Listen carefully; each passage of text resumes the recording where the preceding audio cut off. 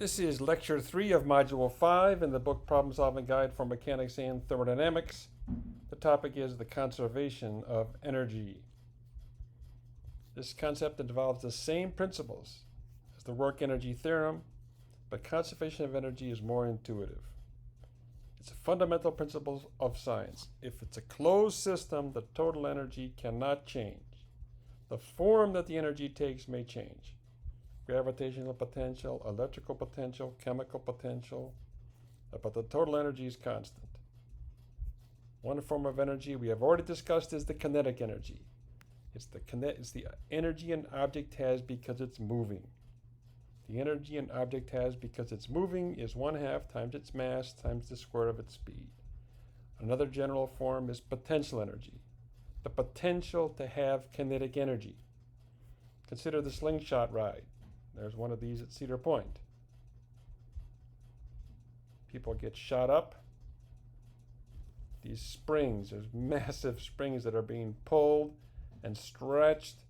And then when they have all the energy, they get relaxed and they transfer the energy to the kinetic energy of the riders when the magnet at the bottom of the chair is released.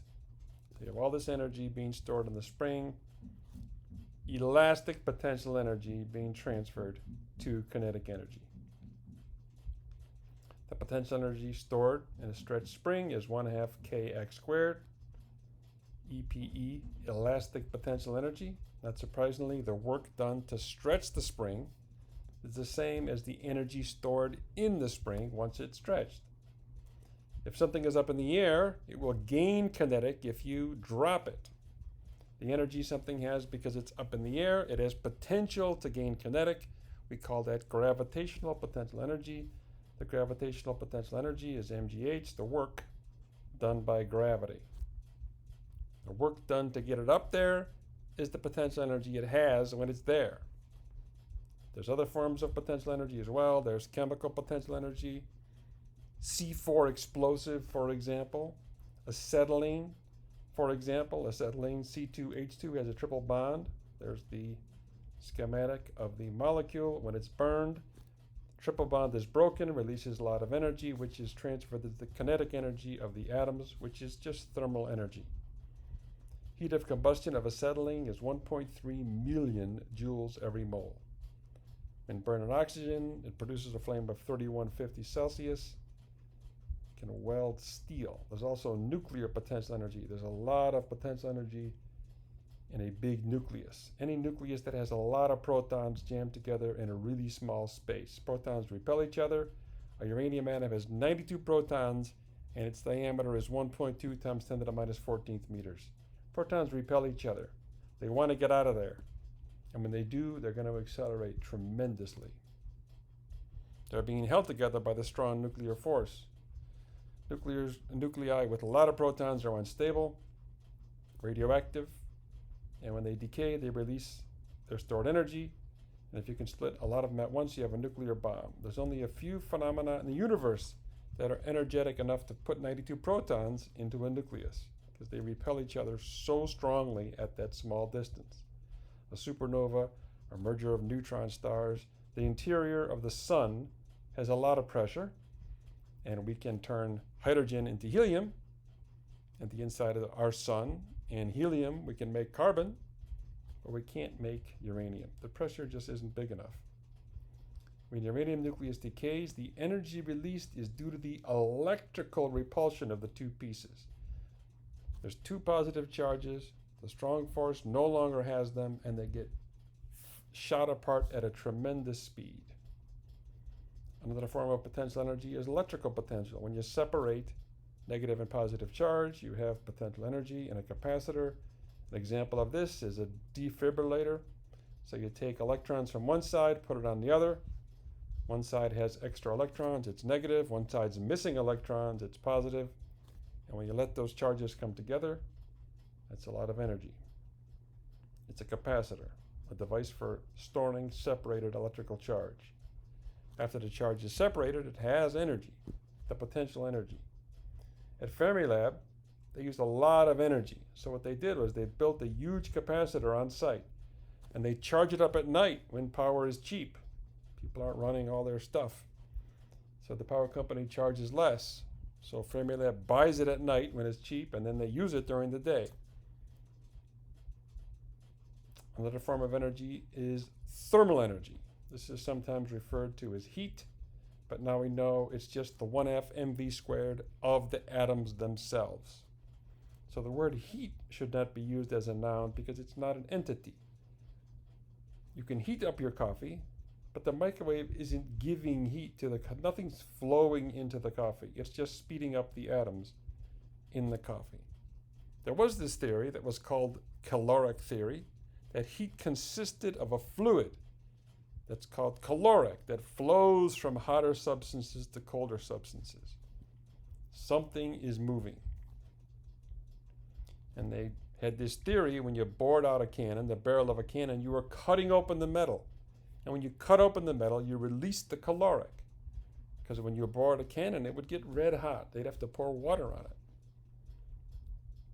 Cotton Rupfer didn't like this theory. And to demonstrate it, he used a dull drill bit. So the bit was turning, but it wasn't cutting any metal, and of course it makes a tremendous amount of heat.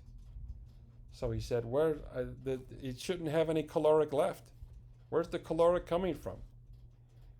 I'm drilling all the time, and it keeps on making heat. The heat's coming from somewhere. It's not really heat, it's just kinetic energy. There's no such thing as heat.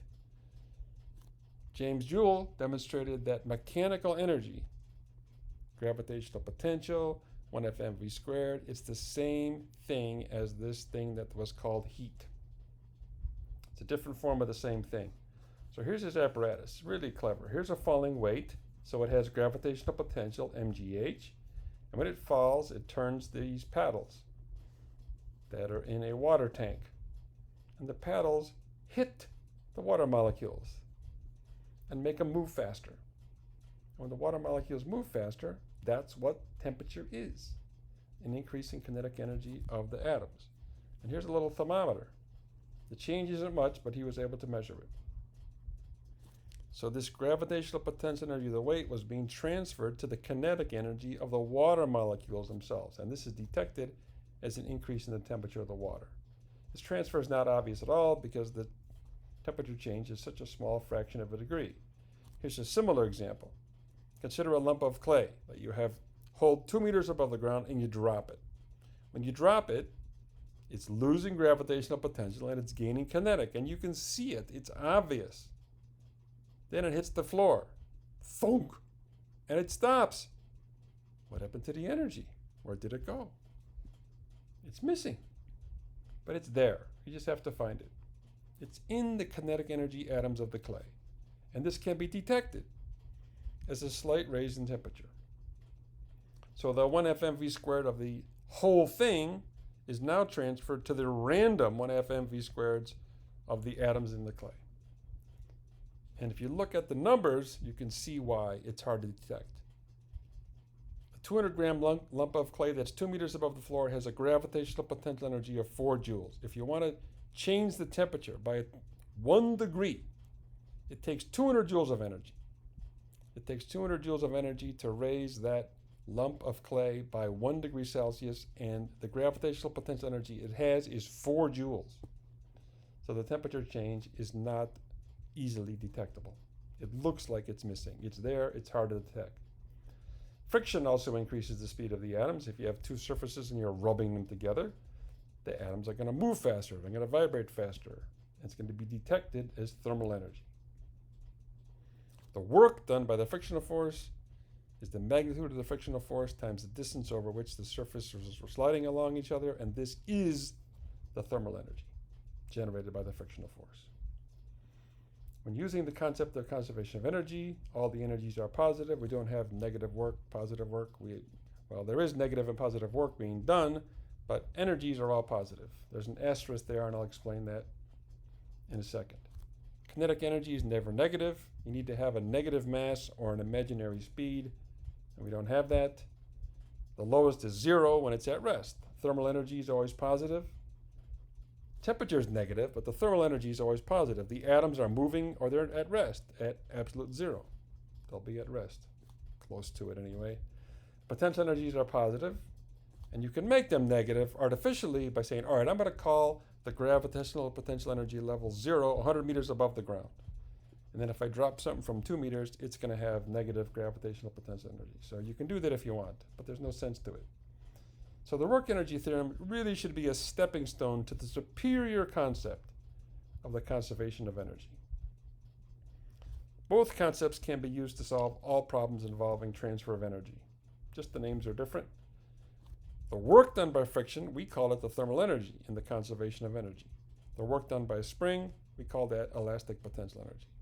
The work done by gravity is gravitational potential energy. Problems involving conservation of energy are fun because they're basically hide and seek. Where'd the energy go? It's in there somewhere. You got to find it.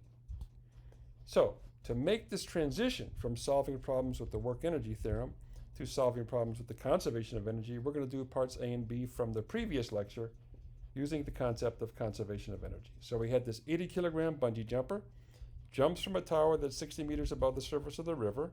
The bungee cord has a relaxed length of 40 meters, stops the jumper at the surface of the river. So we're going to treat the jumper as a point mass, calculate the stiffness of the bungee cord, that's part A. Part B, what is the speed of the jumper after he has fallen a total of 50 meters? So here's the jumper. We're going to define our 0 level of gravitational potential energy at the surface of the river below, right there. We're going to label the relevant distances, and total distance is 60 meters. Relaxed length of the bungee cord is 40 meters, the stretch is 20 meters. Now we're going to take snapshots, points in time, and say, okay, where is the total energy in the system? At the start, the jumper is on the top of the tower. There he is. The cord's not stretched. The jumper's at rest. He doesn't have any kinetic energy. Where's all the energy? Well, he's up in the air. He's got gravitational potential. That's the only energy in the system, mgh, and we can calculate it. It's 48,000 joules. That's the total energy in the system, and it's not going to change. When he jumps off, his gravitational potential gets converted to kinetic as he falls, and then the cord's going to catch, and it's going to have some elastic potential. No matter where we take a snapshot, the total energy in the system is 48,000 joules, and that is the concept of conservation of energy. Eventually, the jumper stops at the bottom. If we take a mental snapshot there, all the energy is in the cord. He's not up in the air, and he's not moving. There's 48,000 joules of energy in the system. It must be in the cord. Right there. Now we can get the stiffness of the cord, because we know there's 48,000 joules in the cord at the bottom. 1/2 kx squared, x is 20 meters. We can solve for k. It's 240 newtons per meter, just like we got with the work energy theorem. Now let's get the speed of the jumper after he has fallen 50 meters. Let's take a snapshot at this point, and we're going to take an energy inventory. What's moving? What's stretched? What's up in the air? Is there any thermal energy generated? We know there's 48,000 joules in there. We just have to find it.